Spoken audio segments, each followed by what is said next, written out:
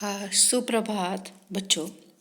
हमारा जो पाठ है पुस्तक हमारी मित्र, उस पाठ के अभ्यास के प्रश्नों की चर्चा कर चुके हैं और आज हम स्वाध्याय के प्रश्नों की चर्चा करने जा रहे हैं। यहाँ पर जो पहला प्रश्न बच्चों दिया हुआ है, बराबर, कि पहला प्रश्न यह है कि आपके टेक्स्ट बुक के प्रश्न यहाँ पर पूछे गए हैं कि पत्र कब और कहाँ से लिखा गया। तो पत्र 4 अगस्त 2011 को 195 उमिया नगर सोसाइटी मुद्रा यानी ब्रैकेट में जिला कक्ष से लिखा गया। ओके, फिर नेक्स्ट प्रश्न है कि पत्र किसने किसको लिखा। तो पत्र पूजन ने अपने मित्र मनोज को लिखा। ओके, फिर नेक्स्ट थर्ड जो प्रश्न है कि पत्र किस विषय के बारे में लिखा गया है।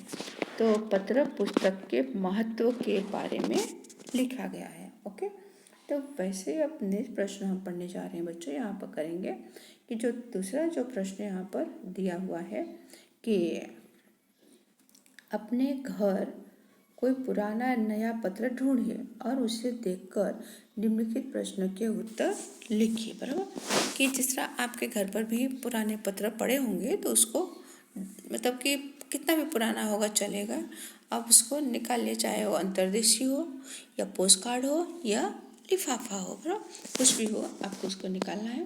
तो जिस तरह से यहाँ प्रश्न पूछे गए हैं उसके उत्तर आपको लिखना है। तो जैसे मैंने पुराने पत्र निकाले हैं तो उसके उत्तर मैं अपने तरीके से यहाँ पर दे रही हूँ कि इस प्रश्न के उत्तर आप लोग खुद भी अपने तरीके से लिख सकते हैं। ओके, तो यहाँ पर मतलब किसका उत्तर आप खुद लिखेंगे तो अच्छा रहेगा ढूंढ करके। ओके, तो यहाँ पर जो पहला प्रश्न है बच्चों ध्यान देंगे कि पत्र किसने लिखा। पुराना पत्र जो पुराना पत्र, तो यह पत्र उषा शाह ने लिखा, मेरे पत्र में है उषा शाह ने लिखा। तो पत्र क्यों लिखा गया उस पत्र में, और पत्र क्यों लिखा गया, बराबर।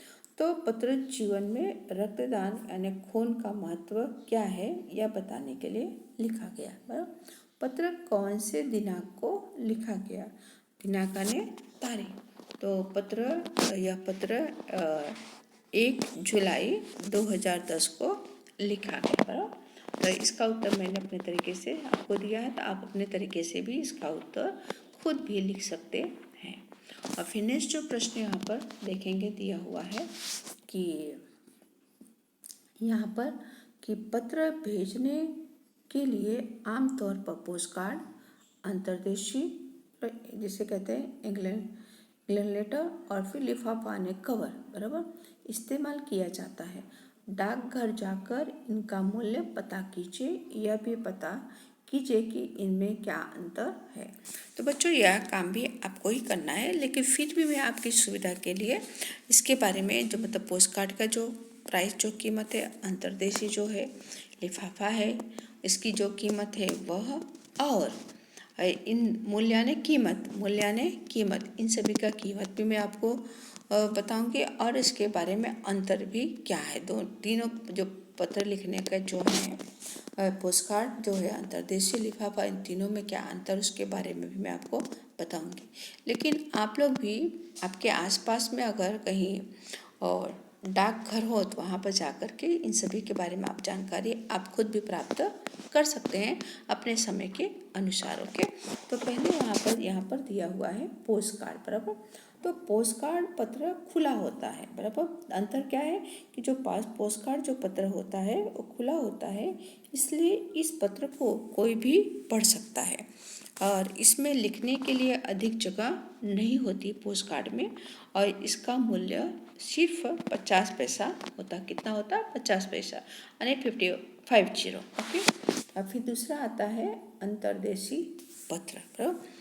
अंतर्देशीय पत्र लिखने के बाद, बराबर, अंतर्देशीय पत्र लिखने के बाद 3 ओर से उसे मोड़कर बंद किया जा सकता है, क्योंकि इस पत्र को कोई पढ़ सकता नहीं है, और इसका उपयोग केवल अपने देश में ही होता है, दूसरे देश में इसका उपयोग होता नहीं है। और इसका मूल्य जो है वह 75 पैसे हैं। कितने हैं? 75, जिसे कहते हैं 75 पैसे हैं, बराबर। उसके बाद फिर अंतिम जो आता है क्या है? लिफाफा, जिसे कहते हैं कि कवर, बराबर। जो यह लिफाफा जो है वह कागज पर पत्र लिख कर, लिफाफा क्या होता है? कागज, यानी कि फुलस्केप में पर कि यह जो लिफाफा होता है इसमें हम जितना चाहे उतना विस्तार से हम विस्तार से लिख सकते हैं, बराबर, लिफाफा के अंदर। तो क्लिप पेज निकालेंगे, क्लिप पेज निकाल करके जो भी लिखना आप उसमें लिख डालेंगे, बराबर। और लिखने के बाद लिफाफे को मतलब कि लिखा हुआ जो क्लिप पेज है उसको हम मोड़ देंगे इस लिफाफा के साइज के मुताबिक। अब मोड़ करके उस क्लिप पेज को हम क्या करेंगे? लिफाफा के कवर में डाल देंगे। और इसमें पत्र हमारा क्या रहता है? पत्र हमारा सुरक्षित रहता है, ओके। और लिफाफे पत्र के अलावा मतलब कि पत्र तो लिखते ही लिखते हैं, और इसके अलावा जब रक्षाबंधन आता है तो जो बहनें होती हैं अपने भाई को इसमें राखी डाल करके क्या करती हैं? वह भी भेजती हैं। और लिफाफे का जो कीमत है वह होता है 5 रुपीज़, यानी 5 रुपये होता है, ओके। अब बच्चों यहाँ पर नेक्स्ट जो प्रश्न है कि अपने आसपास किसी भी घटना का वर्णन करते हुए अपने मित्र को पत्र लिखिए। तो पत्र मतलब घटना क्या है? नदी में बाढ़, बराबर, कि नदी में बाढ़ आया हुआ है, उसके बारे में क्या करना है? पत्र के स्वरूप में अपने मित्र को पत्र लिखना है, ओके।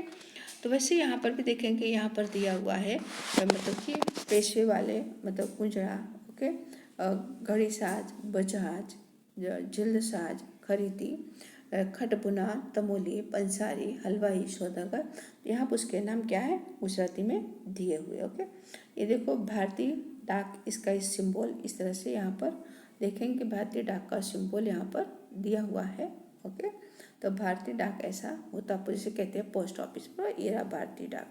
और यहाँ पर लोग क्या करते हैं कि पत्र लिख करके इस लाल बॉक्स में जा करके लोग क्या करते हैं? अपने पत्र को वहाँ डाल देते हैं। और जो वहाँ के जो कर्मचारी होते हैं, अपन जो उनका समय होता होगा उस समय के मुताबिक क्या करते हैं? वहाँ से पत्र निकाल करके फिर पिन कोड के मुताबिक जगह जगह उसे पहुँचाया जाता है। और फिर यहाँ पर देखेंगे फ़ोन है, मतलब कि दुर्घटना वाला है, गाड़ी भी चौकड़ी मारी है, बराबर। देखिए सब क्या संदेश दे रहे हैं? एक दुर्घटना के संदेश दे रहे हैं। और कुछ यहाँ पर जानकारी भी है बच्चों, जानकारी को भी हम थोड़ा सा उसके बारे में मतलब कि सिर्फ जान लेते हैं कि एक्चुअली है क्या, ओके। जैसे पिन कोड नंबर, बराबर। तो पिन कोड की शुरुआत कब हुई? 15 अगस्त 1972 को, बराबर। डाकतार विभाग ने पोस्टल नंबर योजना के नाम से की है। किसके नाम से की है? डाक विभाग ने पोस्टल के नाम से की है, ओके। पिन शब्द पोस्टल इंडेक्स नंबर, बराबर। पिन शब्द पोस्टल इंडेक्स नंबर का छोटा रूप है, ओके। इसे कहते हैं कि PIN, ओके। इसका शॉर्ट फॉर्म भी वैसा। पिन कोड नंबर 6 अंकों का होता है। कितने अंकों का होता है? 6 अंकों का होता है।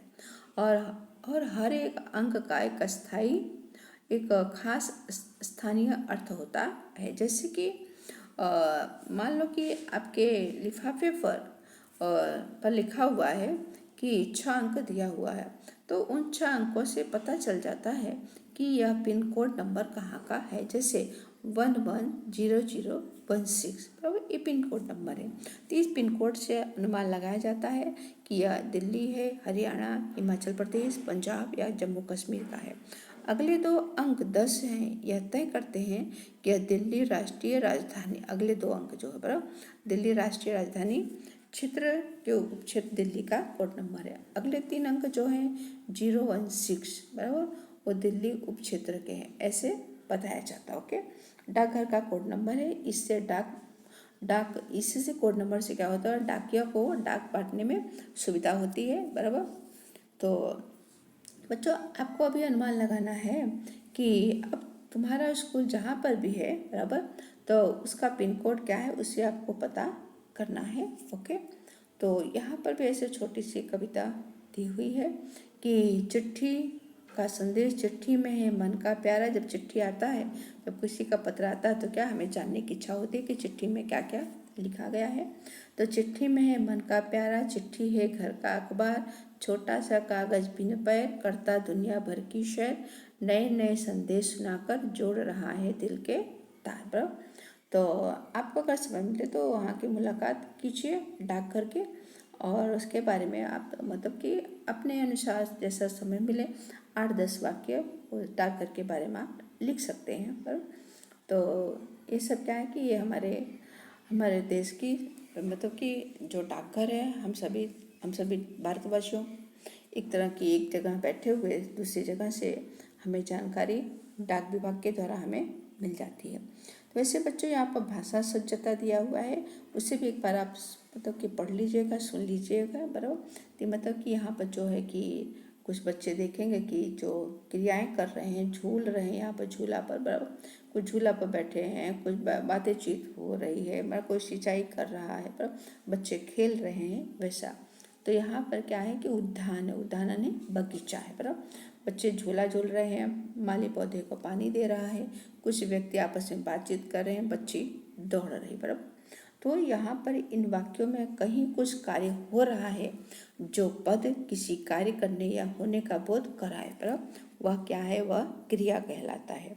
लिखना, पढ़ना, चलना, दौड़ना, खाना, पीना, खेलना, देखना आदि शब्द क्रियाएं हैं।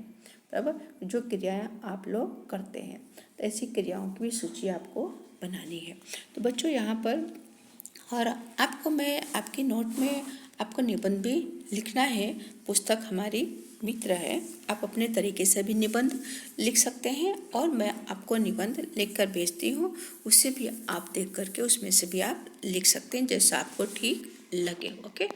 तो बच्चों यहाँ पर पाठ की चर्चा समाप्त हुई। Thank you. और अपने नोट में लिख डालिए। धन्यवाद।